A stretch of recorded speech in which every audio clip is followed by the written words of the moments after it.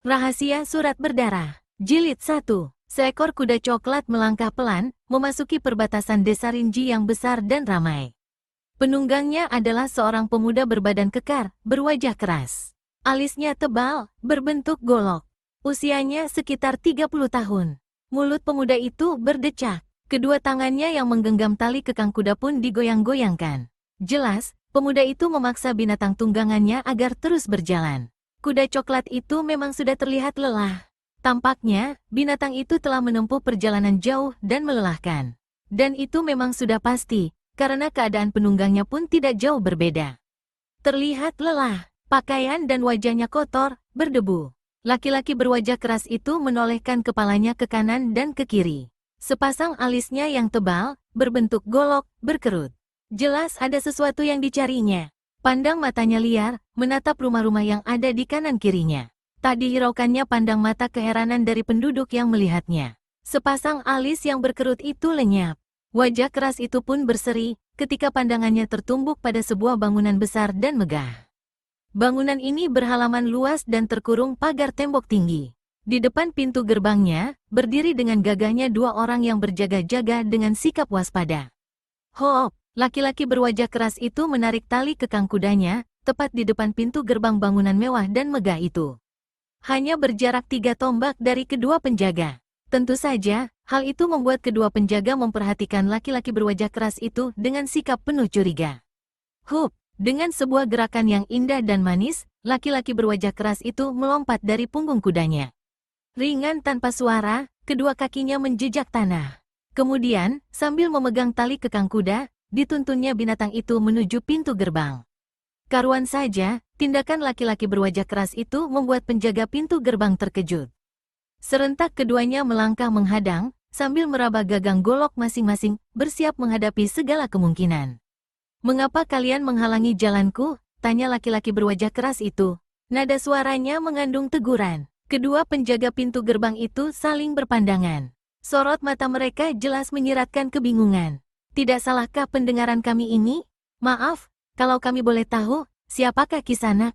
Dan apa maksud Kisanak datang kemari?" tanya salah seorang penjaga yang berambut coklat, dengan suara merendah. Teguran laki-laki berwajah keras itu membuat mereka bersikap hati-hati. "Kalian tidak mengenalku? Oh ya, mungkin kalian orang baru di sini. Apakah kalian pernah dengar nama Kanulaga?" Laki-laki berwajah keras itu balik bertanya. Wajah kedua penjaga itu berubah. Mereka sebenarnya bukan tergolong orang baru.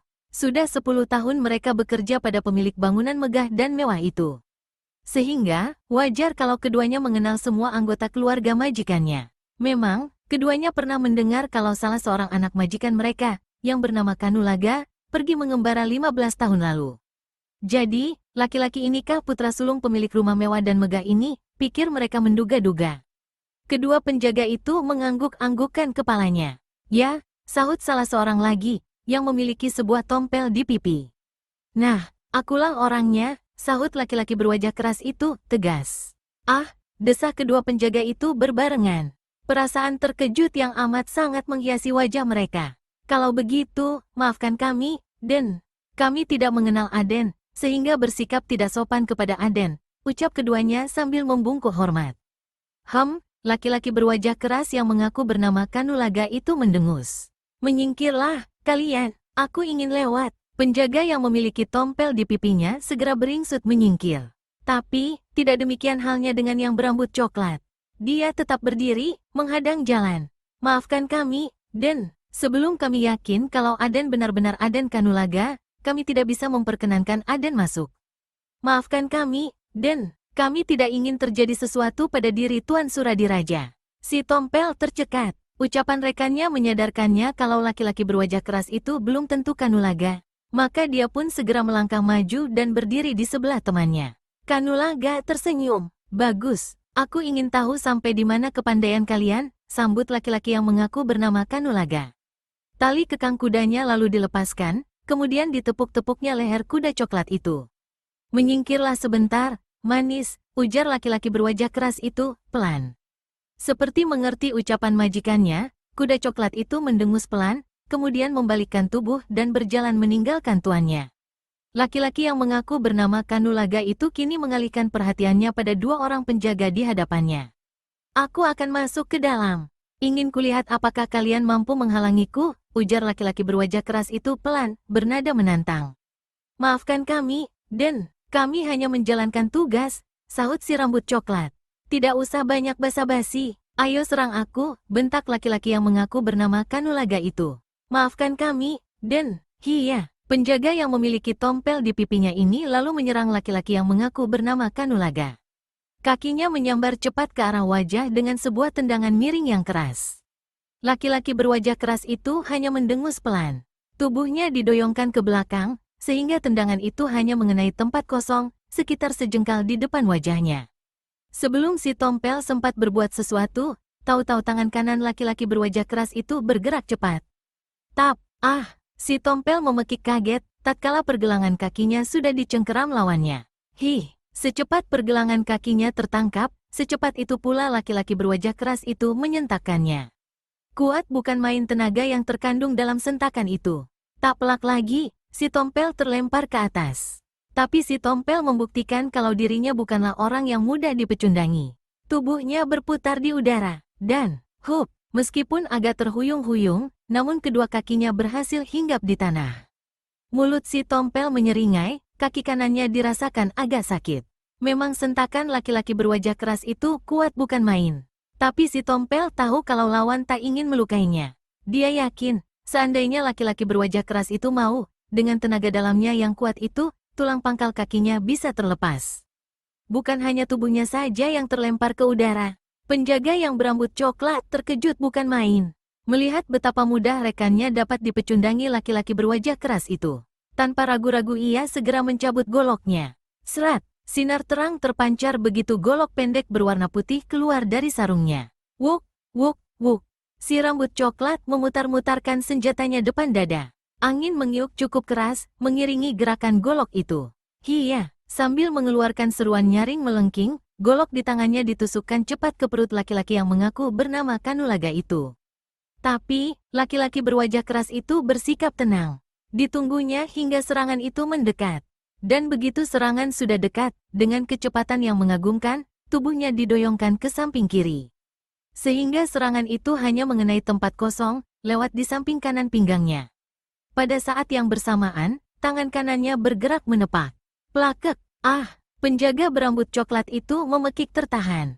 Tepakan laki-laki berwajah keras itu telak dan keras sekali, menghantam pergelangan tangannya yang menggenggam golok. Tulang-tulangnya terasa remuk, seketika itu juga, goloknya terlepas dari genggaman. Belum lagi si rambut coklat sempat berbuat sesuatu, kaki kanan laki-laki berwajah keras itu bergerak menendang ke arah perut. Bukek, penjaga yang sial ini mengeluh tertahan. Tubuhnya langsung terjengkang beberapa tombak ke belakang. Perutnya dirasakan mules bukan kepalang.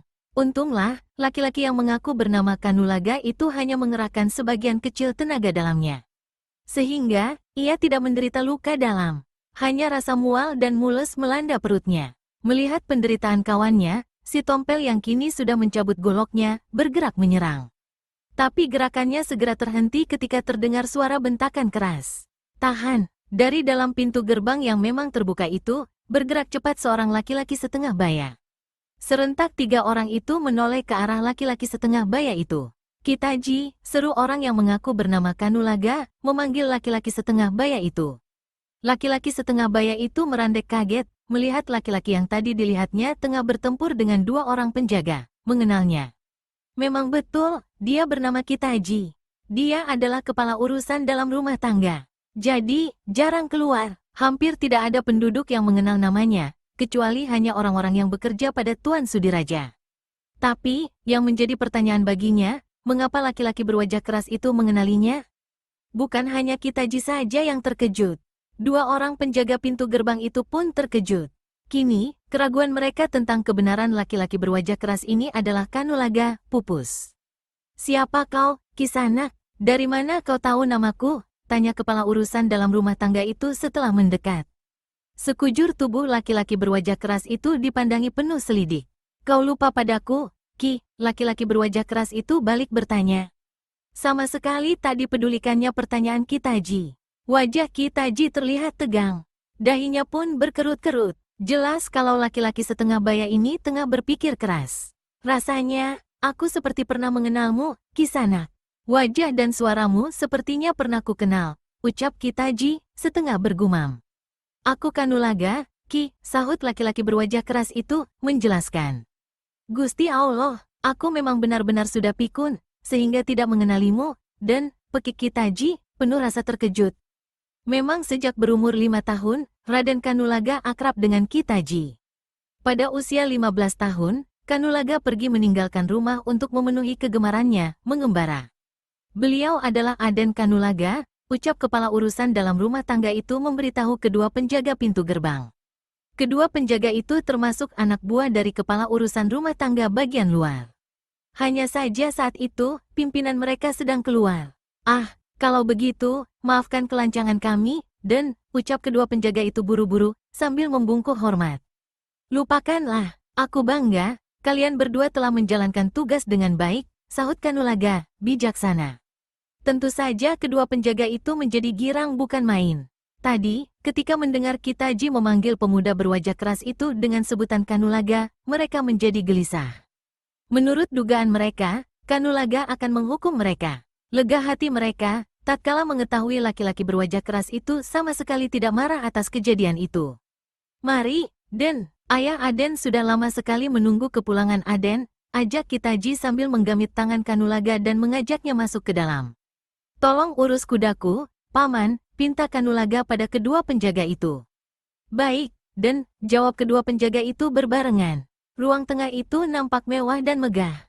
Biasanya, ruangan itu kosong. Paling hanya Sudiraja yang duduk termenung di sana. Tapi kini di ruang tengah yang mewah dan megah itu, tampak 3 orang tengah duduk mengelilingi sebuah meja bulat yang indah dan mewah. Aku gembira sekali atas kepulanganmu, Kanulaga. Hampir saja aku mengutus orang-orangku untuk mencarimu, ucap seorang laki-laki setengah baya, bertubuh gemuk dan berperut gendut. Pakaiannya indah dan mewah, bulu-bulu halus menghiasi kedua pipinya. Mengapa begitu, ayah? Tanya Kanulaga, menatap wajah laki-laki gendut berpakaian indah mewah yang ternyata adalah Sudiraja. Laki-laki berperut gendut yang kini telah berusia 60 tahun itu menarik napas panjang. Aku sudah tua, Kanulaga. Aku sudah lelah mengurus semua usahaku, jawab Sudiraja, pelan. Tapi karena suasana di situ hening, suara laki-laki gendut itu jadi terdengar keras. Loh, bukankah ada Jalatara dan Nirmala? Apakah mereka tidak membantu ayah? Tanya Kanulaga lagi. Keheranan nampak jelas pada wajahnya. Jalatara dan Nirmala adalah adik-adik kandung Kanulaga. Kemanakah mereka, ayah? Sejak tadi aku tidak melihat mereka. Hah? Sudiraja menghela napas panjang. Beberapa tahun semenjak kepergianmu mengembara, Jalatara pergi. Kepergiannya sama sekali tidak ada yang tahu. Belakangan baru ku ketahui bahwa selagi bermain di halaman, ada seorang kakek yang membawanya dan mengajarkannya ilmu-ilmu kesaktian. Kini ku dengar dia menjadi salah seorang pengawal Adipati, jelas Sudiraja. Lalu, Nirmala kemana, ayah? Tanya Kanulaga. Nirmala kutitipkan pada sahabat karibku yang memiliki sebuah perguruan silat. Aku tidak ingin anak itu jadi perempuan yang lemah. Yah, setidak-tidaknya dia memiliki sesuatu untuk menjaga dirinya sendiri. Kanulaga mengangguk-anggukkan kepalanya, pertanda mengerti. Sudah beberapa bulan ini aku ingin beristirahat dari kesibukan-kesibukanku, Kanulaga. Kau kan tahu aku sudah tua. Kesehatanku tidak memungkinkan lagi untuk mengurus semua usahaku, ujar laki-laki berperut gendut itu menyambung ucapannya. Jadi maksud, ayah? Tanya Kanulaga lagi. Laki-laki berwajah keras ini masih belum mengerti maksud pembicaraan ayahnya. Begini, Kanulaga, Sudiraja memutuskan untuk mengatakannya secara gamblang dan jelas. Aku sudah tua, harta yang kumiliki berlimpah ruah. Aku tidak ingin sepeninggalku nanti, kalian gontok-gontokan memperebutkan warisanku. Jadi, sebelum aku menutup mata, aku ingin membagi semua kekayaanku secara adil. Pamanmu inilah yang akan menjadi saksinya. Sudiraja menunjuk seorang berpakaian hitam dan berkumis lebat yang duduk di sebelahnya. Kanulaga menolehkan kepalanya, menatap orang yang diperkenalkan ayahnya sebagai pamannya. Memang, laki-laki berwajah keras itu tidak mengenal laki-laki berkumis lebat itu. Laki-laki berkumis lebat yang usianya sekitar 50 tahun itu datang ke rumah ini, setelah dia pergi meninggalkan rumah untuk mengembara. Laki-laki berkumis lebat menggerakkan bibirnya sedikit pada Kanulaga. Mungkin laki-laki itu bermaksud tersenyum. Tapi, Kanulaga tidak dapat menggolongkan gerakan bibir yang hanya sedikit itu sebagai senyum. Laki-laki berwajah keras ini hanya menganggukkan kepala sedikit, pertanda menghormat. Kanulaga mengalihkan pandangannya ke arah laki-laki yang diakui Sudiraja sebagai adik bungsunya. "Kalau boleh ku tahu, siapakah nama paman?" tanya Kanulaga. "Pandira," jawab laki-laki berkumis lebat itu, pendek.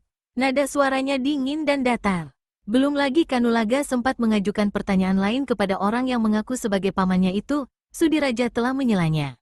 "Bagaimana, Kanulaga?" tanya Sudiraja, meminta pendapat putra sulungnya itu. "Terserah, ayah. Aku akan menurut semua keputusan ayah," jawab Kanulaga. "Kalau begitu, besok akan kukirim utusan untuk memberitahukan kedua adikmu agar datang ke sini secepatnya," ucap Sudiraja memutuskan. Kegembiraan yang besar nampak jelas pada wajahnya. Sementara Kanulaga hanya diam saja. Kepalanya menundukkan dalam-dalam, tapi dari balik bulu matanya, sepasang matanya memperhatikan wajah Pandira lekat-lekat. "Oh ya, Kanulaga, ayah ingin mendengar pengalamanmu selama mengembara. Apa saja yang kau dapatkan dalam pengembaraanmu selama 15 tahun ini?" "Dari Kitaji, ku dengar kau telah memiliki ilmu kepandaian tinggi." Kanulaga mengangkat kepalanya. "Tidak ada yang istimewa, ayah," jawab laki-laki berwajah keras itu, pelan. "Lalu, ilmu kepandaianmu itu, kau dapatkan dari mana?" desak Sudiraja. "Dari seorang kakek yang berkenan mengangkatku sebagai murid." "Pasti kakek itu memiliki ilmu kepandaian yang tinggi," sahut Sudiraja lagi. "Aku hampir tidak mengenalimu tadi, Kanulaga. Wajah dan perawakanmu jauh berubah. Sekarang kau nampak begitu jantan dan matang. Oh ya, mungkin kau masih lelah sehabis menempuh perjalanan jauh dan melelahkan. Biar ku panggil Kitaji untuk mengurus kamarmu," ujar Sudiraja seraya bangkit, hendak memanggil Kitaji. "Tidak usah, ayah. Biar ku urus sendiri. Masih kamar yang dulu kan?" cegah Kanulaga, seraya bangkit dari duduknya. Sudiraja hanya menganggukkan kepalanya. Begitu putra sulungnya melangkah menuju kamarnya, dalam ruangan itu tinggal Sudiraja dan adik bungsunya. Rahasia Surat Berdarah. Jilid 2. Hari masih pagi. Matahari belum naik tinggi, ketika seekor kuda berpacu cepat memasuki mulut sebuah hutan. "Hiya, hiya." Si penunggang melecutkan cemetinya berkali-kali ke arah pantat kuda yang berwarna hitam putih. Tampaknya, si penunggang bermaksud memacu binatang itu berlari lebih cepat lagi. Debu pun mengepul tinggi ke udara, ketika kaki-kaki kuda itu menapak cepat di tanah berdebu. Belum jauh kuda itu memasuki hutan, tiba-tiba terdengar suara mendesing nyaring. Disusul melesatnya sebuah sinar kemerahan, menyambar ke arah binatang itu. Kap! Telak sekali sinar kemerahan itu mengenai leher kuda hitam putih itu. Seketika itu juga binatang itu meringkik keras. Kedua kakinya terangkat tinggi-tinggi ke depan, membuat penunggangnya terlempar ke atas. Tapi si penunggang kuda ternyata bukanlah orang sembarangan. Manis sekali tubuhnya bersalto beberapa kali di udara, kemudian hinggap ringan di tanah. Hup, tahu kalau ada bahaya mengancam, begitu sepasang kakinya mendarat di tanah, tangannya cepat meloloskan sebatang pedang yang tersampir di punggungnya. Sepasang matanya menatap ke arah binatang tunggangannya yang telah tergolek tanpa nyawa. Pada leher binatang itu, tertancap sebuah benda dari logam berwarna merah, berbentuk ekor kalajengking. Wajah si penunggang kuda berubah pucat. Sepasang matanya menatap liar ke sekelilingnya. Rupanya orang itu kenal betul dengan logam berbentuk ekor kalajengking merah itu. Benda itu adalah senjata khas perkumpulan kalajengking merah. Belum lagi penunggang kuda itu berbuat sesuatu, mendadak melesat sesosok bayangan hitam. Sesaat kemudian, sosok serba hitam itu telah berdiri di hadapan si penunggang kuda. Pada bagian dadanya, terdapat gambar seekor kalajengking merah. Bagian wajahnya tidak terlihat, karena tertutup selubung hitam. Tangan penghadang itu menggenggam sebatang tongkat panjang merah, berujung ekor kalajengking. "Kau, mengapa menghadang jalanku? Bukankah majikanku, Tuan Sudiraja, tidak pernah lalai memberikan upeti?" tanya penunggang kuda. Nada suaranya terdengar penuh tuntutan. "Hahaha, tidak usah banyak bacot. Kalau kau ingin selamat, serahkan surat itu padaku," ucap si penghadang sambil tertawa bergelak. "Surat? Surat apa?" tanya si penunggang kuda itu, berpura-pura tidak mengerti. Majikannya memang menugaskan membawa surat untuk diserahkan pada Nirmala di perguruan hati suci. Entah untuk urusan apa, dia tidak tahu. Tapi yang menjadi tanda tanya bagi si penunggang kuda, dari mana orang perkumpulan kalajengking merah ini mengetahuinya? Tidak usah pura-pura, serahkan surat untuk Nirmala itu padaku. Atau kau ingin mampus, sergah orang berpakaian serba hitam itu. Keras dan kasar suaranya. Kini utusan Sudiraja sadar, kalau tidak ada gunanya lagi dia berpura-pura. Orang yang menghadang di depannya ini jelas tahu tugas yang diembannya. Langkahi dulu mayatku, baru kau akan mendapatkan surat itu, sahut utusan itu, tegas.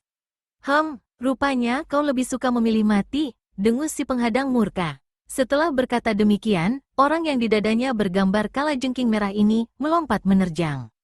Senjata di tangannya, yang berupa tongkat panjang berujung logam merah berbentuk ekor kalajengking, disabetkan ke leher utusan Sudiraja.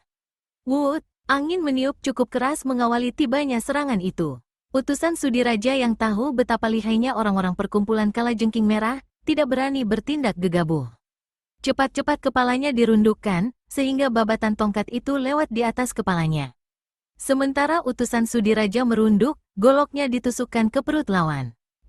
Orang berpakaian serba hitam itu memekik tertahan. Kaget juga dia, melihat lawan dapat mengelakkan serangannya.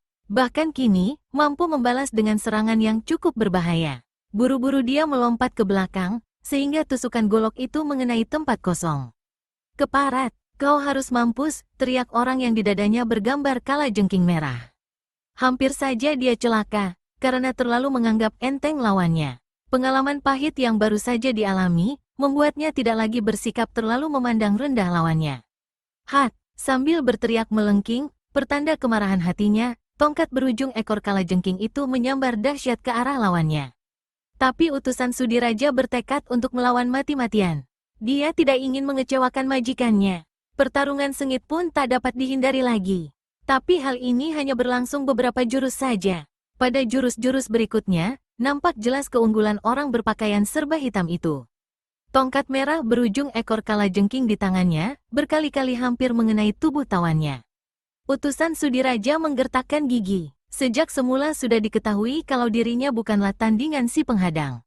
Tapi tanggung jawab terhadap tugas yang diembannya, membuat laki-laki ini nekat dan berusaha melawan mati-matian. Apa yang semula diduganya, kini menjadi kenyataan. Hujan serangan lawan benar-benar membuatnya repot bukan main. Dan robohnya dirinya, hanya tinggal menunggu waktu saja. Utusan Sudiraja memekik tertahan, ketika ekor kalajengking yang runcing itu menyerempet perutnya. Cairan merah kental mengalir dari luka goresan itu. Seketika itu juga, rasa pening menyerang kepalanya. Racun, pekik utusan Sudiraja tajam. Sesaat kemudian, tubuhnya limbung. Hahaha, si penghadang tertawa terbahak-bahak mendengar seruan kaget lawannya. Keparat, kau curang, maki utusan Sudiraja. Seketika kemarahannya meluap. Hahaha, hanya suara tawa terbahak saja yang menyahuti makian utusan Sudiraja itu. Keluh utusan Sudiraja itu. Rasa pening di kepalanya semakin kuat menyerang. Sekelilingnya dirasakan bagai berputar-putar. Sekarang terimalah ajalmu, keparat. Setelah berkata demikian, orang berpakaian serba hitam itu melompat menerjang. Tongkat merah berujung ekor kalajengking di tangannya menyambar cepat ke leher lawannya. Di saat gawat bagi keselamatan utusan Sudiraja itu, mendadak sesosok bayangan putih melesat cepat. Dan, terang, orang yang berpakaian serba hitam itu memekik tertahan. Tubuhnya kembali terlempar ke belakang. Tapi dengan gerakan yang indah dan manis, tubuhnya bersalto beberapa kali di udara dan mendarat ringan di tanah. Sekujur tangannya dirasakan lumpuh. Tongkat merah berujung ekor kalajengking di tangannya pun terpental. Siapa kau? Mengapa mencampuri urusanku? Bentak orang yang di dadanya bergambar kalajengking. Ditatapnya orang yang telah menyelamatkan korbannya tajam-tajam. Berdiri membelakangi utusan Sudiraja, nampak seorang wanita cantik berpakaian serba putih. Rambut wanita itu dibiarkan meriak. Di tangannya tergenggam sebatang pedang. Sementara agak jauh di belakangnya, berdiri seorang pemuda tampan berambut putih keperakan, berpakaian serba ungu. Sadar kalau lawan di hadapannya berilmu tinggi, dan lagi pula utusan Sudiraja itu pun tidak lama lagi akan tewas, si penghadang memutuskan untuk melarikan diri. Cepat dibalikkan tubuhnya dan berlari meninggalkan tempat itu, setelah terlebih dulu memungut senjatanya. Gadis berpakaian serba putih itu sama sekali tidak mengejar. Sosok serba hitam itu dibiarkan saja melarikan diri. Brukek, suara berdebuk jatuhnya tubuh utusan Sudiraja, membuat pemuda berambut putih keperakan dan gadis berpakaian serba putih itu terkejut. Buru-buru keduanya melangkah menghampiri. Ah, dia terkena racun ganas yang cepat daya kerjanya, Kang Arya, ucap gadis berpakaian serba putih itu, setelah melihat luka di perut utusan itu. Dapatkah kau menolongnya, Melati? Tanya pemuda berambut putih keperakan yang memang bernama Arya Buana, atau lebih dikenal berjuluk Dewa Arak itu. Gadis berpakaian putih yang bernama Melati itu menggelengkan kepalanya. Tidak, Kang, racun ini ganas. Lagi pula, hampir mencapai jantung. Tampaknya, dia tinggal menunggu ajalnya saja, jawab Melati. Hah, desah Arya. Nampak jelas kalau pemuda ini kecewa mendengar jawaban itu. Jangan pedulikan aku. Tiba-tiba utusan Sudiraja itu membuka matanya yang sejak tadi terpejam. Sekujur wajahnya dipenuhi keringat sebesar butiran-butiran jagung. Yang penting, tolong selamatkan surat ini. Dan berikan pada Nirmala, lanjutnya terputus-putus. Setelah berkata demikian, dikeluarkannya sebuah gulungan surat yang diselipkan di balik ikat pinggangnya. Gulungan surat itu lalu diangsurkannya pada Dewa Arak. Kemana kami harus mengantarkannya, Kisanak? Tanya Arya cepat. Setelah menerima surat yang diangsurkan utusan Sudiraja. Pemuda berambut putih keperakan ini khawatir, kalau orang itu keburu tewas sebelum sempat memberitahukan kemana dia harus mengantar surat itu. Ke perguruan hati suci, sahut utusan itu terputus-putus. Tolong, jangan biarkan orang-orang perkumpulan Kalajengking Merah merebutnya. Perkumpulan Kalajengking Merah? Kami tidak mengerti maksudmu, Kisanak. Bisakah kau beritahukan pada kami siapa mereka? Desak Melati. Keringat sebesar jagung semakin banyak bermunculan di wajah utusan yang tengah berada di ambang maut itu. Mereka adalah perkumpulan orang jahat dan, kepala utusan Sudiraja terkulai, sebelum sempat menyelesaikan keterangannya. Dewa Arak mendesah bingung. Kini dia dan Melati dihadapkan pada satu urusan. Dan sudah menjadi sifat Arya untuk selalu mencampuri urusan yang dirasanya mengandung unsur ketidakadilan. Tapi yang menjadi pertanyaan Dewa Arak, dari mana dia harus memulainya? Sudahlah, Kang Arya, yang penting kita harus kuburkan mayatnya dulu, selak Melati, ketika melihat tunangannya hanya berdiri termangu. Dewa Arak mendesah. Dipungutnya golok utusan Sudiraja, kemudian kakinya dilangkahkan ke sebuah tempat yang agak tersembunyi dan terlindung. Golok itu dipakai untuk menggali lubang mengubur mayat utusan Sudiraja.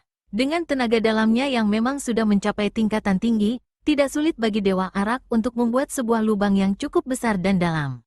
Meskipun tanah di situ keras, tapi Arya menggali seperti orang menggali tanah lunak mempergunakan cangkul saja layaknya.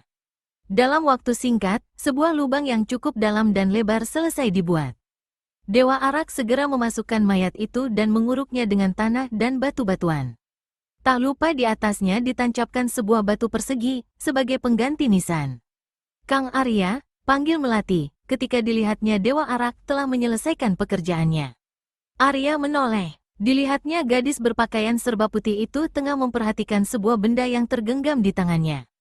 Arya bergegas menghampiri, Melati segera memberikan logam berbentuk ekor kalajengking merah pada Dewa Arak.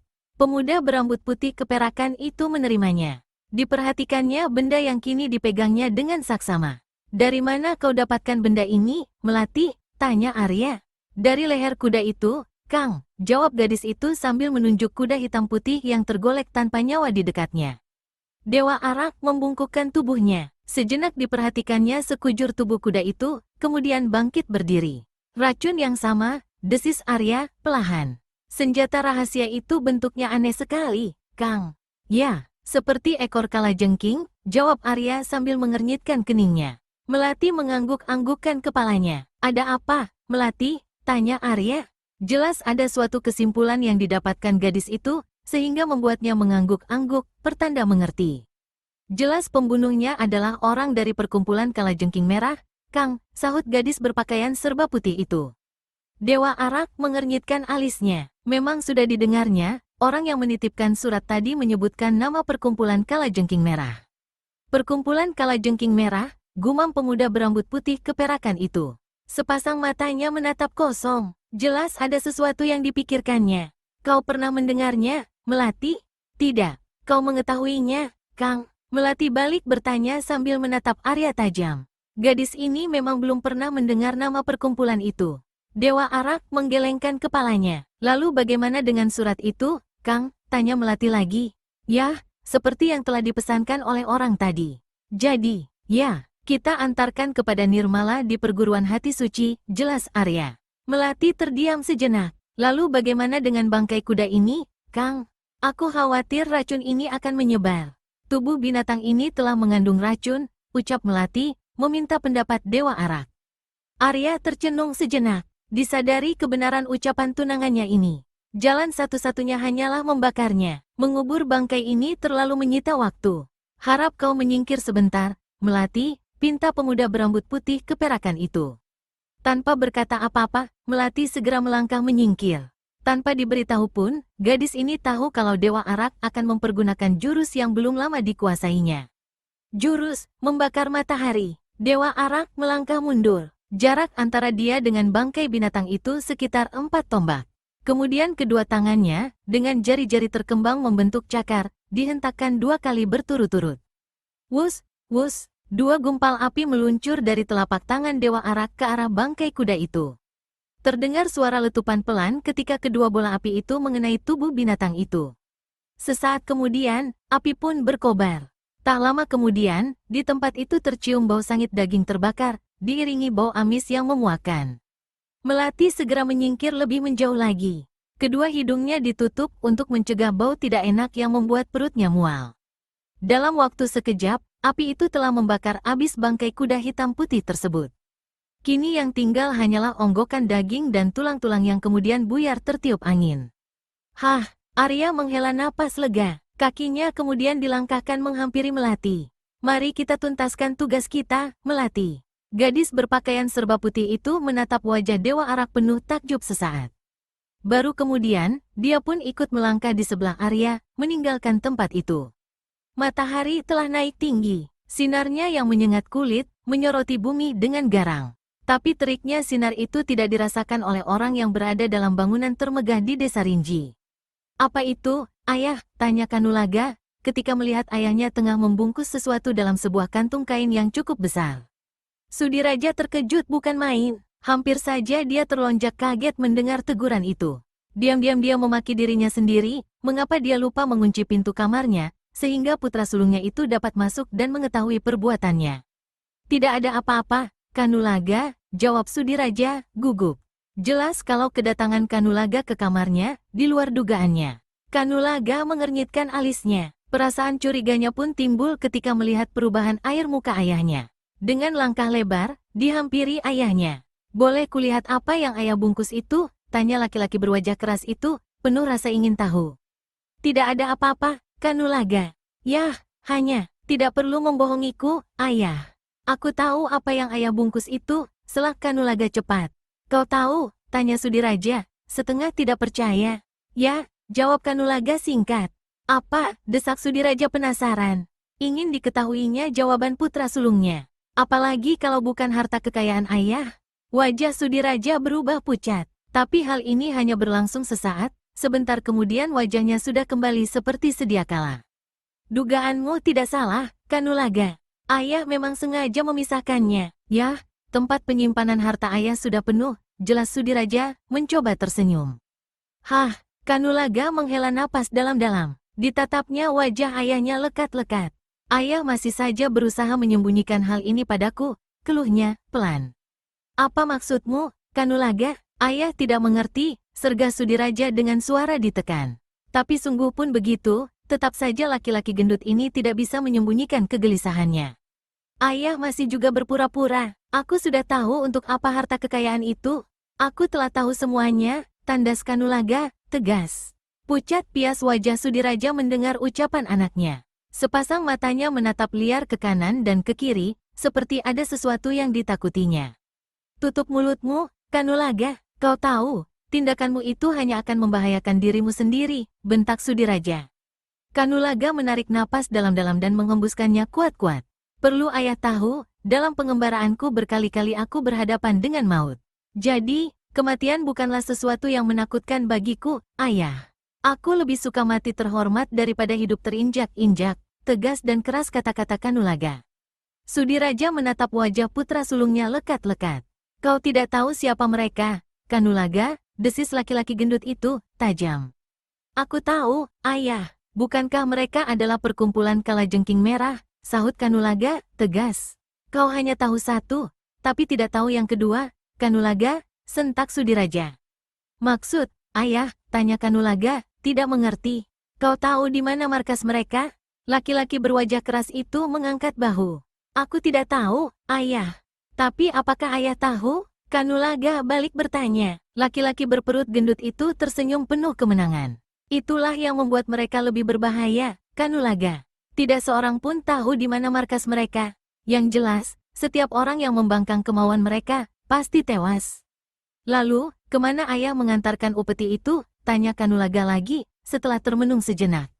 Sudiraja mengernyitkan alisnya. Laki-laki berperut gendut ini mencium gelagat yang mencurigakan pada sikap putra sulungnya. Untuk apa kau mengetahuinya? Tanya Sudiraja. Sepasang matanya merayapi sekujur wajah Kanulaga. Sepertinya di wajah itu dapat ditemukan jawaban dari pertanyaannya. Hanya ingin tahu saja, sahut laki-laki berwajah keras itu sekenanya.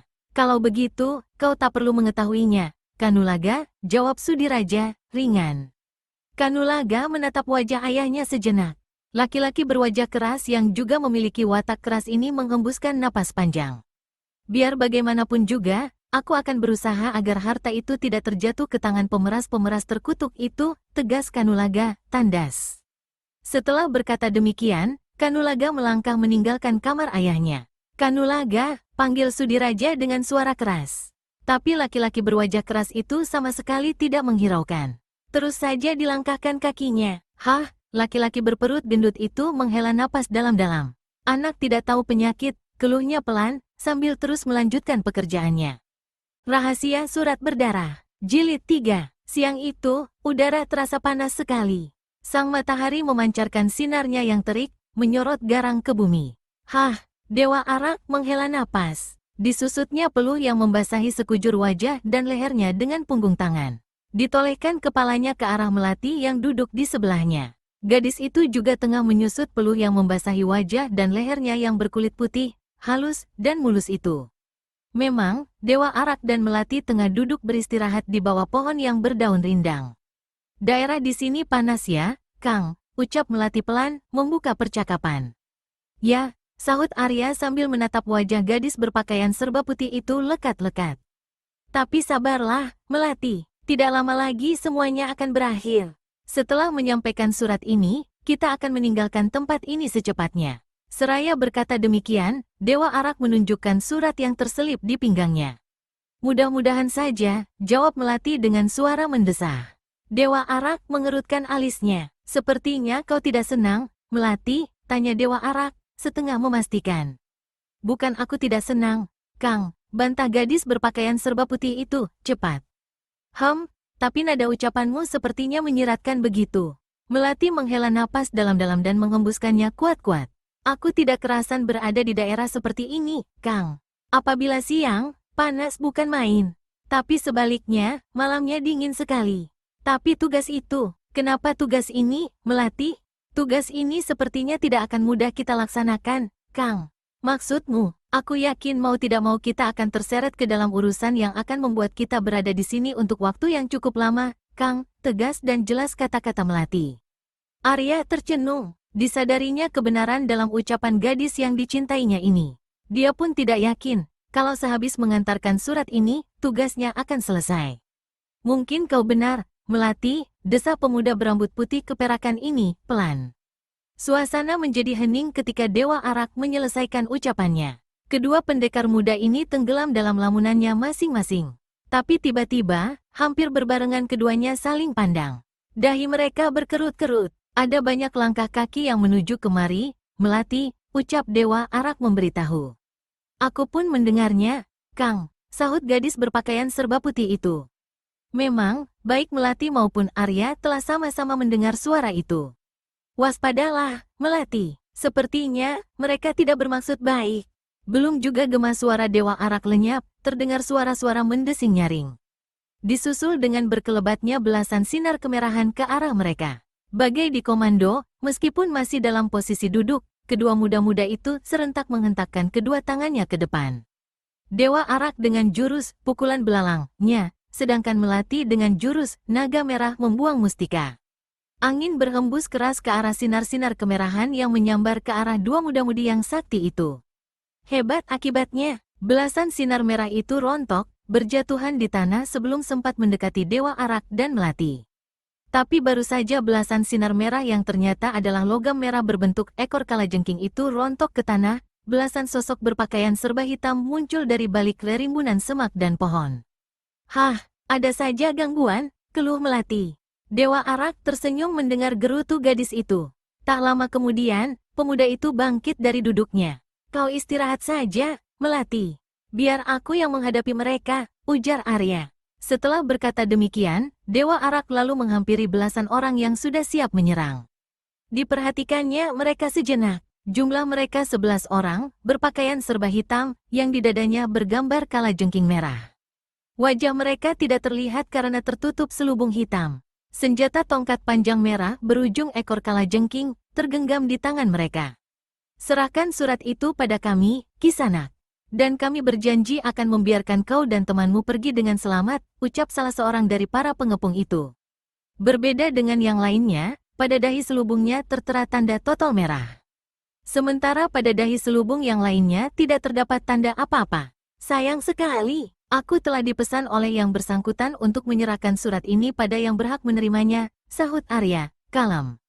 Keparat, jadi, kau tidak mau memberikan surat itu, Kisanak, gertak si selubung bertotol merah. Sudah kukatakan, aku hanya akan memberikan pada yang berhak menerimanya, tegas Dewa Arak, tandas.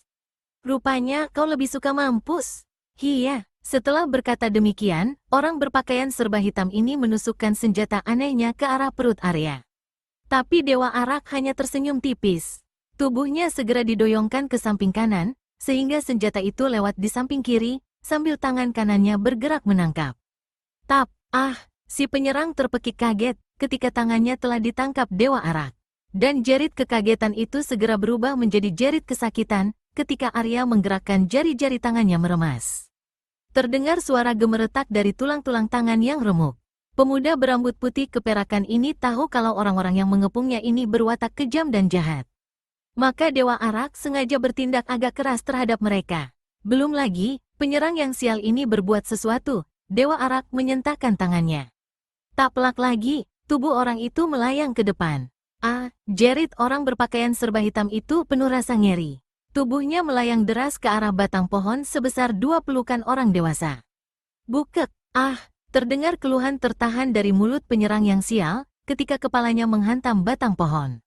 Seketika itu juga, orang berpakaian serba hitam yang pada bagian dahi selubungnya terdapat totol merah ini pingsan. Seruan-seruan kaget terdengar dari mulut para penyerang, begitu melihat rekannya roboh hanya dalam segebrakan saja di tangan pemuda berambut putih keperakan ini. Meskipun begitu, belasan orang itu tidak menjadi gentar. Sambil memekik nyaring, mereka serentak menyerang Dewa Arak. Belasan senjata tajam pun berkelebatan menghujani Arya. Sekali lihat saja, Dewa Arak dapat mengukur tingkat kepandaian para pengeroyoknya. Memang tingkat kepandaian mereka rata-rata cukup tinggi, tapi masih terlalu jauh jika diperbandingkan dengannya. Maka, Dewa Arak tidak merasa perlu mempergunakan ilmu andalannya. Pemuda itu hanya menggunakan ilmu 8 cara menaklukkan harimau, ilmu yang diwariskan ayahnya. Hebat bukan main sepak terjang Dewa Arak. Kemana saja, tangan atau kakinya bergerak, pastilah di situ ada lawan yang roboh. Tapi Dewa Arak yang memang tidak berwatak kejam, tidak pernah menurunkan tangan maut pada mereka. Paling-paling dia hanya mematahkan satu kaki atau tangan mereka untuk sekedar memberi pelajaran. Jerit kesakitan terdengar susul menyusul seiring dengan berjatuhannya tubuh mereka satu persatu ke tanah.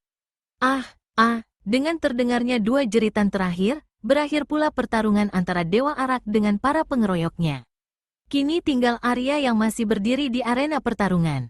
Sementara para pengeroyoknya bertebaran tanpa daya di sekelilingnya. Hanya rintihan mereka saja yang masih terdengar. Dewa Arak memandangi lawan-lawannya yang tergolek tak berdaya di tanah, sejenak. Baru setelah itu menghampiri mereka. Arya bermaksud mengorek keterangan dari mulut mereka. Tapi baru juga Dewa Arak berjalan beberapa langkah, terdengar suara bersiut nyaring, disusul dengan melesatnya sebuah benda bulat sebesar telur angsa. Dewa Arak tidak berani bertindak gegabah. Buru-buru tubuhnya dilempar ke belakang, dan bersalto beberapa kali di udara. Blar! Terdengar ledakan yang cukup keras begitu benda bulat sebesar telur angsa itu jatuh di tanah. Asap tebal berwarna hitam pekat segera menyebar, memenuhi tempat itu. Hup! Dewa Arak hinggap sekitar 7 tombak dari tempatnya semula. Dahi pemuda itu berkernyit ketika mencium bau amis memuakkan dari asap yang sedikit terbawa angin ke tempatnya. Menyingkir, Melati! Asap itu beracun, seru Arya pada tunangannya, seraya melesat menjauhi asap itu. Mendengar seruan kekasihnya, Melati bergegas bangkit dari duduknya dan berlari menyingkir dari situ, menyusul Dewa Arak.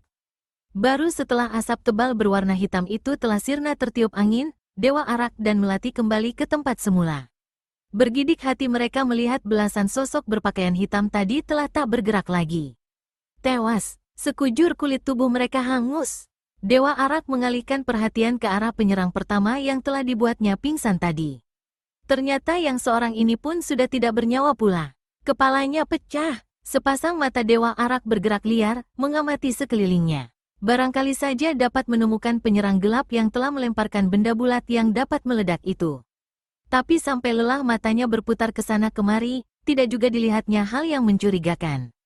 Hah, Dewa Arak menghela napas. Kini persoalannya menjadi gelap kembali. Melati bergidik ngeri melihat keadaan mayat-mayat itu. Digamitnya lengan Dewa Arak, kemudian ditariknya meninggalkan tempat itu. Arya sama sekali tidak membantah. Pemuda ini tahu, tidak ada gunanya lagi mencari si penyerang gelap. Orang itu pasti telah jauh meninggalkan tempat ini. Maka dibiarkan saja Melati membawanya.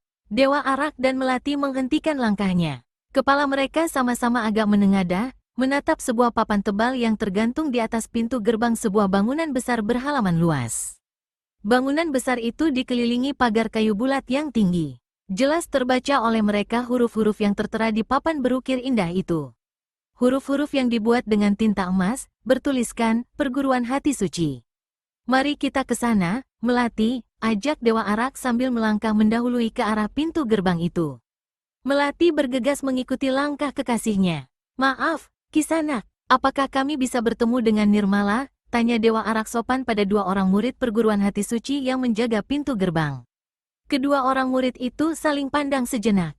Raut keterkejutan jelas terbayang pada wajah mereka. Maaf, kalau boleh kami tahu, siapakah Kisanak berdua? Tanya salah seorang dari dua murid itu. Aku Arya dan ini temanku. Melati, jawab Dewa Arak memperkenalkan diri. Maksud kami, apa hubungan Kisanak berdua dengan Nirmala? Tanya orang itu lagi, memperbaiki pertanyaannya yang tadi. Dewa Arak dan Melati melongo. Sungguh sama sekali tidak disangka kalau untuk bertemu dengan gadis itu sangat sulit. Mereka sama sekali tidak tahu, kalau keberadaan Nirmala di perguruan hati suci sangat dirahasiakan. Hanya beberapa gelintir orang saja yang mengetahuinya. Dan kebetulan di antara mereka adalah dua orang yang menjaga pintu gerbang ini. Tentu saja mereka terkejut bukan main, begitu melihat seorang pemuda berambut putih keperakan dan seorang gadis cantik berpakaian putih, mencari Putri Sudiraja itu. Kami bukan apa-apanya. Kami hanya, belum lagi Arya menyelesaikan ucapannya, dua orang itu sudah menghunus golok masing-masing. Serat, sinar terang berkilatan, ketika kedua golok itu keluar dari sarungnya. Tunggu sebentar, Kisanak, percayalah, kami tidak bermaksud jahat, cegah Dewa Arak buru-buru. Tapi dua orang penjaga itu sama sekali tidak mempedulikan kata-kata Dewa Arak. Golok di tangan mereka berkelebat cepat menyerang Arya. Tampaknya kedua penjaga itu benar-benar menginginkan kematian Dewa Arak. Melati yang memang berwatak keras, menjadi tidak senang melihat sikap kedua orang itu. Kalian pikir, hanya kalian saja yang memiliki kepandaian, ucapnya keras, seraya melayangkan tubuhnya. Sesaat kemudian, gadis berpakaian putih itu telah berdiri membelakangi Arya. Mundur, Melati, teriak Dewa Arak mencegah. Pemuda berambut putih keperakan ini tidak ingin keadaan menjadi lebih kacau dengan ikut campur tangannya Melati, gadis yang diketahuinya memiliki watak keras. Tapi Melati sama sekali tidak mempedulikan seruan kekasihnya. Kedua tangan gadis berpakaian serba putih itu tahu-tahu sudah bergerak cepat menangkis golok yang menyambar ke arahnya dengan tangan kosong. Takek, tap, tap. Seolah-olah yang menyambarnya bukan dua bilah golok, tangan halus Melati menangkisnya. Bahkan menangkapnya sekaligus. Dua orang murid perguruan hati suci itu berusaha sekuat tenaga menarik pulang senjata mereka dari cengkeraman Melati. Tapi cengkeraman itu begitu kuat, bagaikan sebuah jepitan baja. Betapapun kedua orang itu mengerahkan seluruh tenaga dalamnya, tetap saja usaha mereka sia-sia. Melati hanya tersenyum sinis. Berbeda dengan wajah kedua murid perguruan hati suci yang memerah karena mengerahkan tenaga yang melewati batas, wajah gadis ini terlihat biasa-biasa saja. Tak terlihat kalau Melati sedang mengerahkan tenaga dalamnya. Beberapa saat kemudian, mendadak Melati melepaskan cengkeramannya. Akibatnya sudah bisa diduga, kedua murid perguruan hati suci itu terjengkang ke belakang dan jatuh berdebuk di tanah, terbawa betotan tenaga mereka sendiri. Melati bertolak pinggang menatap kedua lawannya yang tengah bangkit sambil tersenyum sinis. Tapi rupanya kedua orang itu masih penasaran. Terbukti begitu bangkit, mereka sudah bersiap akan menyerang kembali. Tapi sebelum hal itu terjadi, terdengar sebuah suara keras mencegah. Tahan, belum lagi habis gema suara bentakan itu, angin dingin berkesiul. Disusul dengan munculnya seorang lelaki bertubuh sedang, berusia sekitar 55 tahun. Laki-laki itu berbibir tebal dan berpakaian jingga. Guru, seru kedua murid perguruan hati suci itu berbarengan sambil menjura hormat. Laki-laki berbibir tebal yang ternyata adalah ketua perguruan hati suci ini menatap tajam wajah kedua muridnya, setelah sekilas melirik ke arah Melati dan Dewa Arak. Puja, Jaya, apa-apaan ini? Tegur laki-laki berpakaian jingga itu. Maafkan kami, guru, tapi kedua orang ini mencurigakan, jawab salah seorang dari mereka yang bertubuh pendek. Mencurigakan? Mencurigakan bagaimana? Puja, tanya laki-laki berbibir tebal itu lagi. Kembali sudut matanya melirik pada Melati dan Dewa Arak. Mereka mencari Nirmala, guru, jawab laki-laki pendek yang ternyata bernama Puja. Pelahan sekali suaranya, seperti suara desahan saja.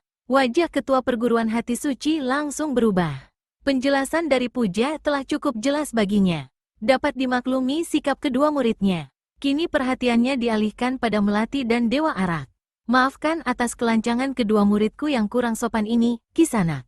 Tapi, benarkah apa yang dikatakan kedua muridku? Tanya laki-laki berbibir tebal itu kepada Melati yang berada lebih dekat dengannya. Memang, gadis berpakaian putih itu berdiri agak jauh di depan Dewa Arak.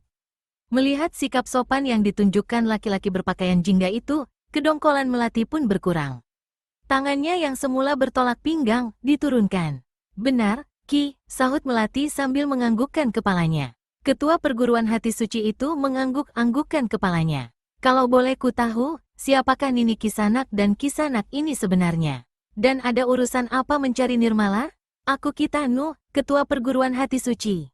Aku Melati, sedangkan temanku ini berjuluk Dewa Arak, jawab Melati. Sengaja gadis ini memperkenalkan pemuda berambut putih keperakan ini dengan julukannya, tidak dengan namanya. Memang, julukan Dewa Arak jauh lebih dikenal ketimbang nama Arya Buana. Dugaan gadis berpakaian serba putih ini tidak salah.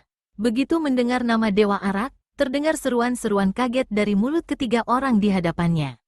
Sementara Arya sendiri hanya dapat menghela napas. Dia tahu Melati masih merasa mendongkol dengan kejadian tadi. Ah, kalau begitu pasti ada sesuatu yang penting, sehingga kalian mencari Nirmala.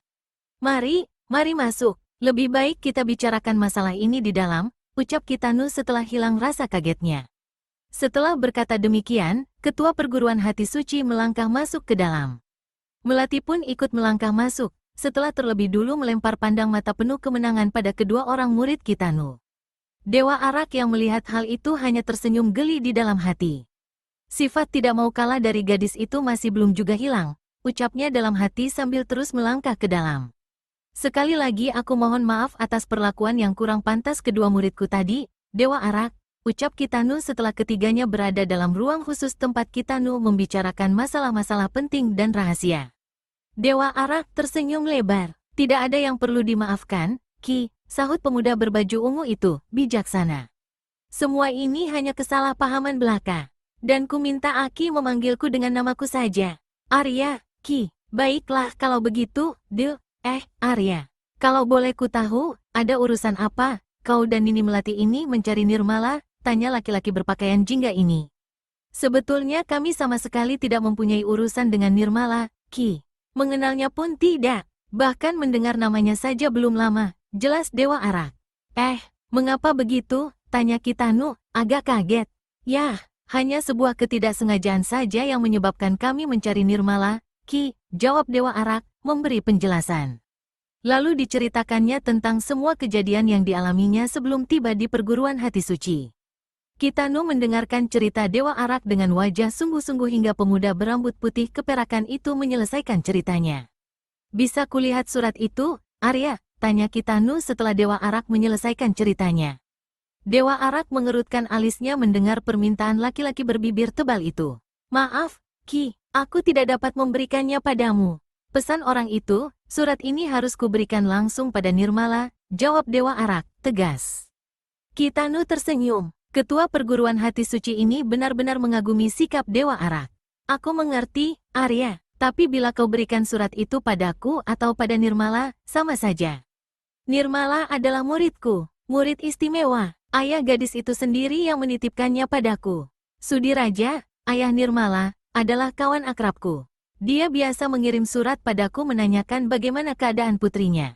Atau dia mengirimkan surat untuk putrinya sendiri. Tapi surat kali ini agaknya banyak mengandung keanehan, Arya. Maksud, Aki, tanya Dewa Arak. Kini sudah jelas baginya siapa itu Nirmala, dan siapa laki-laki berbibir tebal ini. Tadi kau bilang, orang yang bertugas mengirimkan surat ini tewas di tangan orang yang berpakaian dan berselubung hitam, bergambar kalajengking merah di dada, tanya Kitanu lagi, meyakinkan. Benar, Ki, orang itu juga mempunyai senjata rahasia berbentuk ekor kalajengking berwarna merah yang mengandung racun ganas, tambah pemuda berambut putih keperakan itu. Kau tahu siapa mereka, Arya? Tanya Kitanu. Sepasang matanya merayapi sekujur wajah Dewa Arak. Seolah-olah di wajah pemuda itu terdapat jawaban bagi pertanyaannya. Sedikit, Ki, sebelum mati, pembawa surat ini sempat mengatakan padaku, kalau orang-orang perkumpulan kalajengking merahlah yang melakukannya, jawab Dewa Arak. Apa yang dikatakan utusan Sudiraja itu memang benar. Selain itu apalagi yang kau ketahui tentang perkumpulan kalajengking merah, Arya? Desak Kitanu ingin tahu. Dewa Arak menggelengkan kepalanya. Tidak ada lagi, Ki.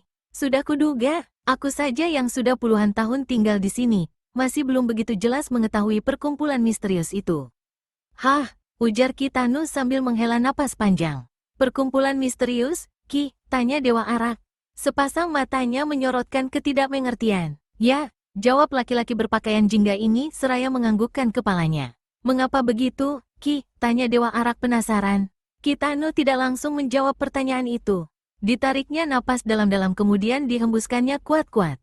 Perkumpulan itu kukatakan misterius, karena tak seorang pun tahu di mana markasnya. Mereka selalu muncul secara tiba-tiba.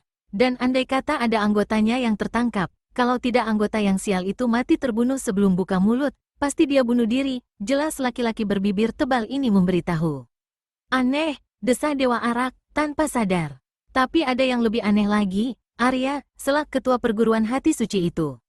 Apa, Ki? Mengapa perkumpulan kalajengking merah itu begitu gigih berusaha merampas surat untuk Nirmala? Itulah yang menjadi tanda tanya buatku. Padahal selama ini surat-surat untuk Nirmala atau untukku selalu aman-aman saja. Yah, selalu sampai di tujuan, ujar Kitanu. Jadi, itukah sebabnya kau ingin mengetahui isi surat itu, Ki? Tanya Dewa Arak, mulai paham persoalannya. Kitanu menganggukkan kepalanya. Aku tahu betul, perkumpulan macam apa perkumpulan kalajengking merah itu. Sebuah perkumpulan misterius yang tidak ketahuan jelas anggota dan pemimpinnya.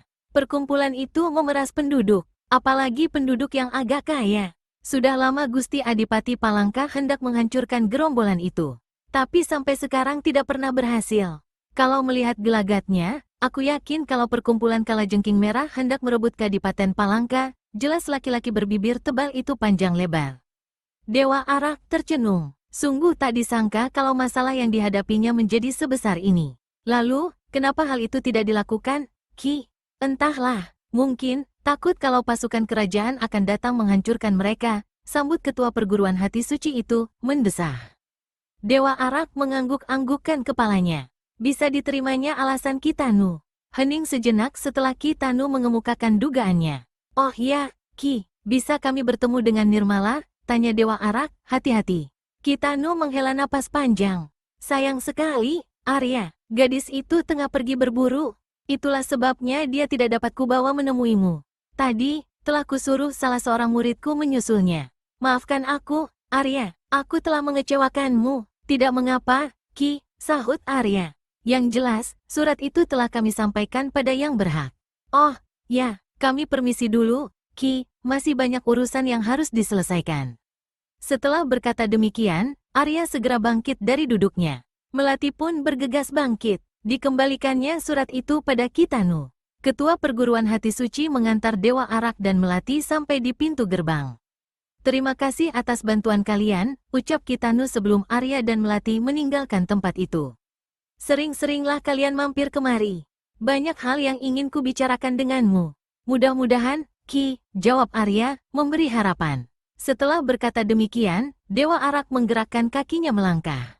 Sepertinya pemuda berambut putih keperakan ini hanya melangkah satu langkah saja. Tapi anehnya, tahu-tahu tubuhnya sudah berada puluh tombak dari tempat semula. Melati pun tidak mau kalah.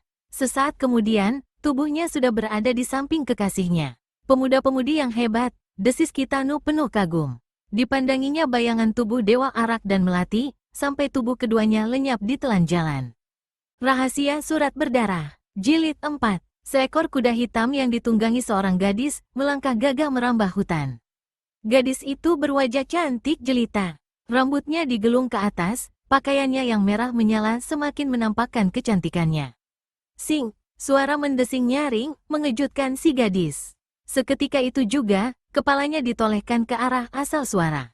Kontan sepasang matanya terbelalak, ketika melihat sinar kemerahan melesat cepat ke arahnya.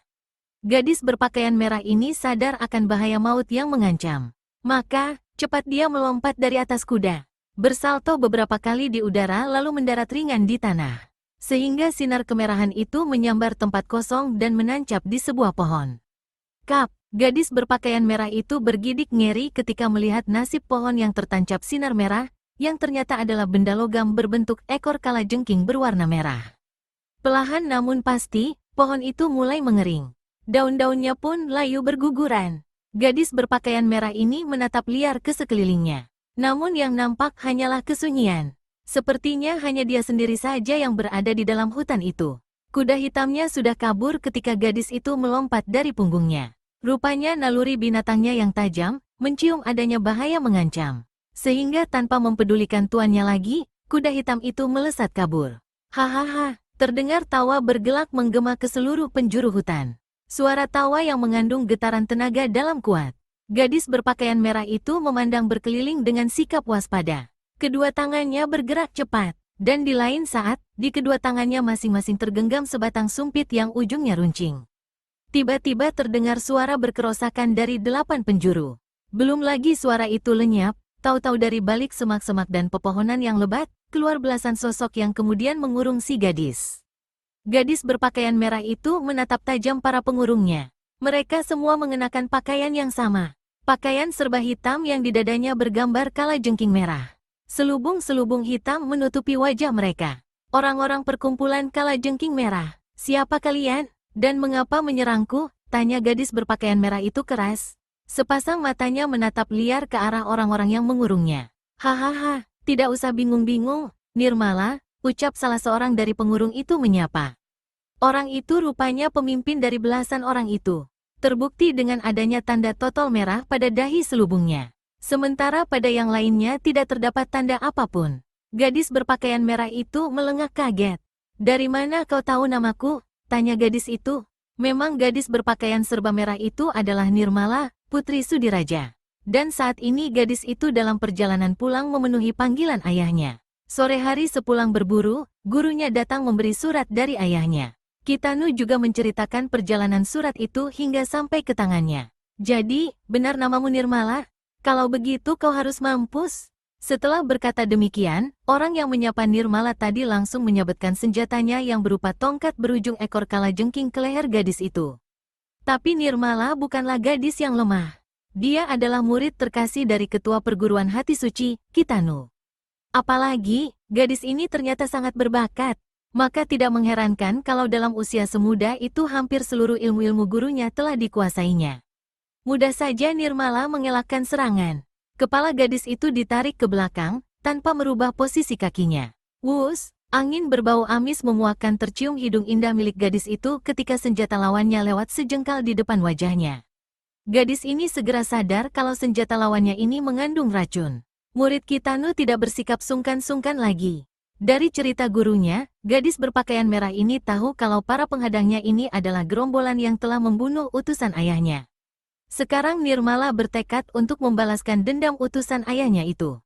Begitu senjata lawannya menyambar lewat di depan lehernya, Nirmala mengayunkan kakinya menendang ke perut orang itu. Terdengar seruan kaget dari mulut penyerang Nirmala. Rupanya dia tidak menyangka kalau gadis berpakaian merah itu mampu berbuat demikian cepat. Maka buru-buru pimpinan penghadang itu melompat ke belakang, sehingga tendangan gadis itu mengenai tempat kosong. Tapi serangan Nirmala tidak berhenti sampai di situ saja.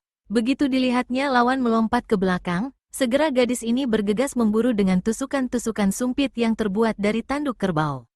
Suara berciutan terdengar ketika kedua batang sumpit itu melakukan totokan bertubi-tubi ke bagian pelipis dan ubun-ubun. Dua buah jalan darah yang mematikan. Namun lawan yang dihadapi Nirmala bukanlah orang berkepandaian rendah. Menghadapi totokan-totokan sumpit bertubi-tubi, laki-laki berselubung totol merah menggeser kakinya ke samping.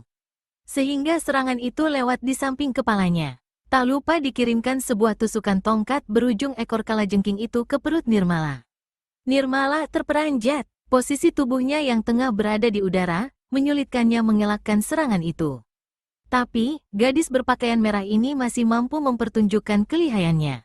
Digeliatkan tubuhnya sehingga tusukan tongkat lawan mengenai tempat kosong. Sesaat kemudian, keduanya sudah terlibat dalam pertempuran sengit. Di jurus-jurus awal, pertarungan kedua orang itu masih berlangsung imbang. Tapi memasuki jurus ke-20, Nirmala mulai mendesak lawannya. Memang, gadis berpakaian merah ini lebih unggul segala-galanya, baik ilmu meringankan tubuh maupun tenaga dalam. Sudah dapat dipastikan, dalam beberapa jurus lagi Nirmala akan merobohkan lawannya. Pada jurus ke-31, dengan diiringi suara teriakan nyaring, orang berselubung itu membabatkan senjatanya ke perut Nirmala. Nirmala melompat sehingga serangan itu lewat di bawah kakinya. Dan dari atas, dengan gerakan tidak terduga-duga, kedua sumpitnya menotok bertubi-tubi ke leher lawan. Orang berselubung merah itu terkejut bukan main. Sedapat mungkin totokan itu berusaha dilakannya. Tapi sayang, tak urung salah satu totokan sumpit itu mengenai pangkal lengannya. Orang berselubung merah itu memekik kesakitan. Darah merembes keluar dari pangkal lengan yang sobek terkena ujung sumpit. Seketika itu juga, senjatanya terlepas dari genggaman. Belum lagi bisa berbuat sesuatu, kaki Nirmala telah terayun deras ke perutnya. Bukek! Pimpinan belasan penghadang itu kembali memekik kesakitan. Tendangan gadis berpakaian merah itu telak dan keras sekali menghantam perutnya. Kontan tubuhnya terjengkang ke belakang. Rasa mual dan mules pun mendera perutnya. Ringan tanpa suara, kedua kaki gadis berpakaian serba merah itu menjejak tanah. Serbu, teriak orang berselubung hitam yang telah dipecundangi Nirmala. Orang ini rupanya sudah tidak sanggup menghadapi Nirmala. Kini dia memberi perintah pada anak buahnya yang sejak tadi hanya menonton pertarungan untuk mengeroyok gadis itu. Serentak belasan orang berselubung hitam itu menyerbu Nirmala. Senjata-senjata di tangan mereka berkelebatan cepat, mengarah ke tubuh gadis berpakaian merah itu dari segala arah. Kembali Nirmala mempertunjukkan kelihayannya. Tubuhnya menyelinap gesit di antara serbuan senjata lawan yang datang bagaikan hujan. Gadis berpakaian merah ini terpaksa harus mengerahkan seluruh kemampuannya. Disadarinya betul akan bahaya senjata lawan yang beracun. Terserempet sedikit saja mungkin akan berakibat maut. Nirmala mengeluh dalam hati. Perlahan-lahan murid terkasih Kitano ini mulai terdesak. Jumlah lawan memang terlalu banyak. Apalagi di antara mereka ada si selubung hitam bertotol merah. Meskipun si selubung hitam bertotol merah itu telah berkurang kelihayannya karena luka-luka yang dideritanya, tapi tetap saja dia merupakan lawan yang berbahaya. Tambahan lagi, senjata lawan-lawannya yang beracun, membuat gadis berpakaian serba merah ini harus mengerahkan seluruh ilmu meringankan tubuh yang dimiliki. Hal inilah yang membuat Nirmala jadi cepat lelah. Nirmala berteriak keras. Totokan kedua sumpit di tangannya bergerak cepat. Terdengar jerit melengking, disusul robohnya dua sosok ke tanah ketika sepasang sumpit Nirmala mengenai sasaran. Yang satu mengenai ubun-ubun. dan yang satu lagi mengenai bawah hidung, salah satu di antara jalan darah mematikan. Tapi sebelum Nirmala memperbaiki posisinya, si selubung hitam totol merah telah mengirim sebuah tendangan ke perutnya. Bukek, huk, gadis berpakaian merah ini kontan terjengkang akibat kerasnya tendangan itu. Di saat itu 4 orang berselubung hitam yang lain meluruk menyerbunya. Dan 4 buah tongkat berujung ekor kalajengking pun berkelebatan mengancam ke berbagai bagian tubuhnya. Nirmala terpekik. Posisinya sama sekali tidak memungkinkan untuk mengelak serangan itu. Tidak ada lagi yang dapat dilakukannya. Gadis itu hanya dapat memejamkan mata, menanti datangnya maut. Di saat gawat bagi keselamatan gadis berpakaian merah itu, mendadak berhembus angin keras berhawa panas menyengat. Angin pukulan itu langsung memapak datangnya tubuh orang-orang berselubung hitam yang meluruk ke arah Nirmala. Wus, jerit kengerian terdengar berbarengan. Disusul terpentalnya 4 sosok yang tadi tengah menyerbu Nirmala. Tubuh 4 anggota perkumpulan kalajengking merah itu melayang-layang. Dan kemudian jatuh berdebuk di tanah, 10 tombak dari tempatnya semula. Sekujur tubuh mereka hangus. Seketika di tempat itu menyebar bau sangit seperti daging yang terbakar. 4 orang itu tewas seketika. Orang-orang perkumpulan kalajengking merah yang tersisa terperanjat. Terlebih-lebih si selubung hitam totol merah. Dari kejadian yang menimpa anak buahnya, diketahuinya kalau si penolong yang baru datang ini memiliki kepandaian yang amat tinggi. Kini di belakang Nirmala telah berdiri 2 sosok.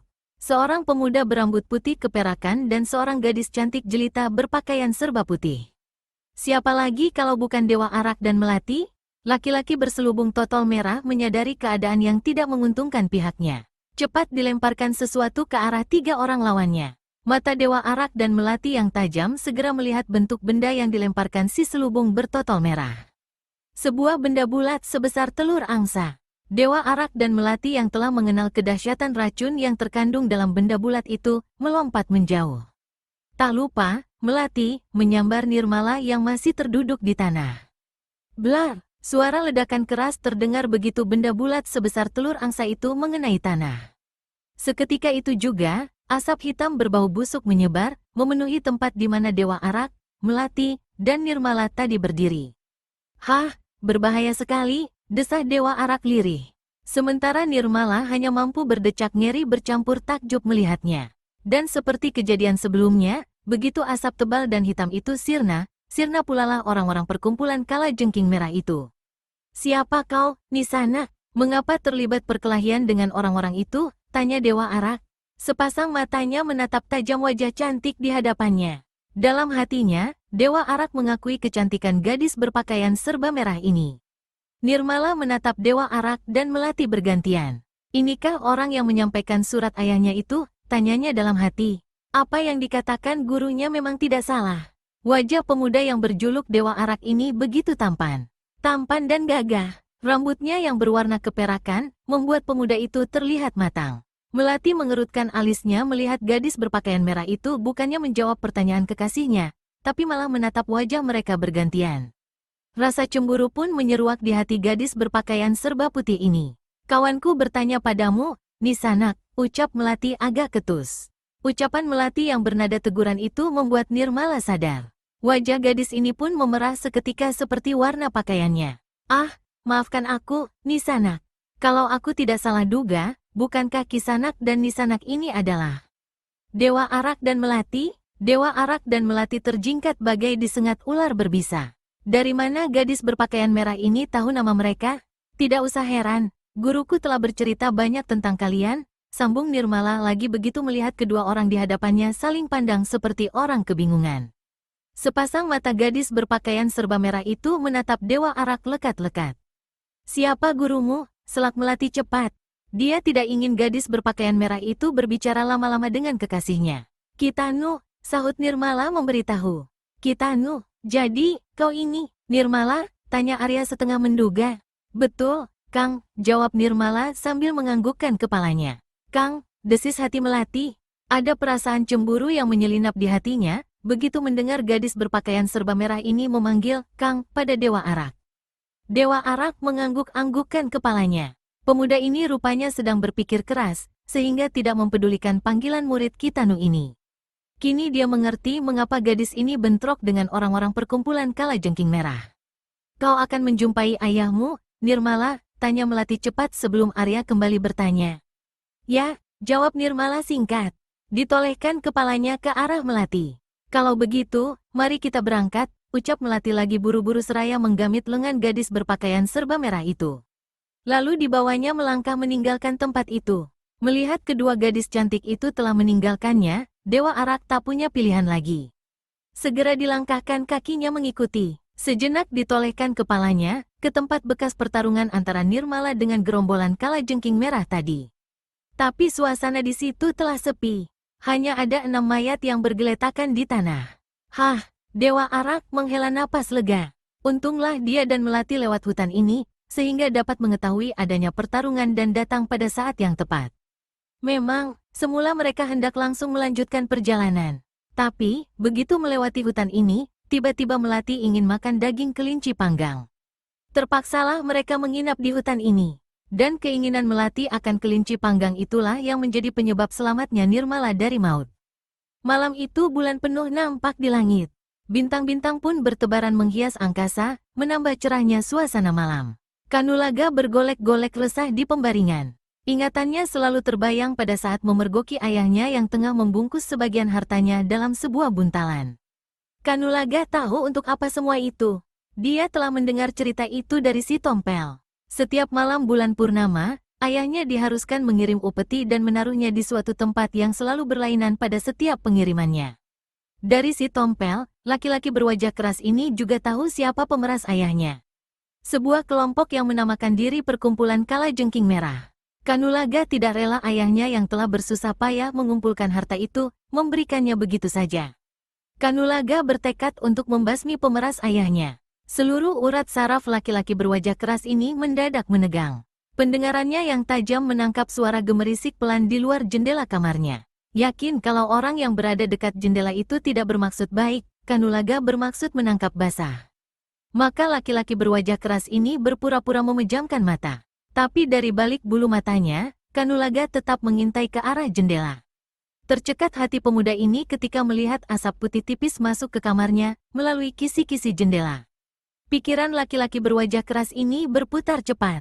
Sungguh pun belum pasti, tapi sudah dapat diduganya kalau asap itu adalah asap pembius. Asap yang dapat membuatnya tertidur pulas. Kanulaga tidak berani bertindak gegabah. Segera diambilnya pil pemunah racun pemberian gurunya. Tanpa ragu-ragu lagi pil itu segera ditelannya.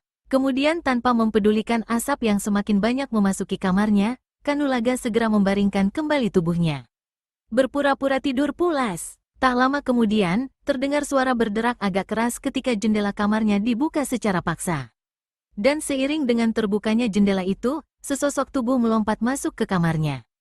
Ringan bukan main gerakannya. Tanpa suara, kedua kaki orang itu mendarat di lantai. Kemudian setelah menutupkan jendela itu kembali, sosok yang ternyata berpakaian serba hitam dengan gambar seekor kalajengking merah di dadanya, berjalan menghampiri pembaringan di mana Kanulaga terbaring pulas. Wajahnya tidak terlihat karena tertutup selubung yang di dahinya bergambar ekor kalajengking merah. Kau hanya akan menjadi duri penghalangku, anak keparat, desis sosok hitam itu. Sekarang pergilah kau ke neraka. Setelah berkata demikian, bayangan hitam itu menggerakkan tangan memukul kepala Kanulaga. Angin berkesiutan keras, menandakan betapa kuatnya tenaga dalam yang terkandung dalam pukulan itu. Tapi sebelum pukulan itu mengenai sasaran, Kanulaga yang memang berpura-pura terbius itu menggulingkan tubuhnya. Brakek, pembaringan itu hancur berantakan ketika pukulan yang berhasil dielakkan oleh Kanulaga menghantamnya. Di saat itulah Kanulaga yang memang sudah berwaspada sejak tadi, mengayunkan kaki kanannya ke arah perut orang yang hendak membunuhnya. Si pembokong itu memekik kaget. Cepat-cepat sosok itu melompat ke belakang sehingga tendangan Kanulaga mengenai tempat kosong. Tapi, tindakan laki-laki berwajah keras itu tidak hanya sampai di situ saja. Begitu serangannya dapat dielakkan lawan, segera tubuhnya melompat seraya mengirimkan tendangan ke pelipis.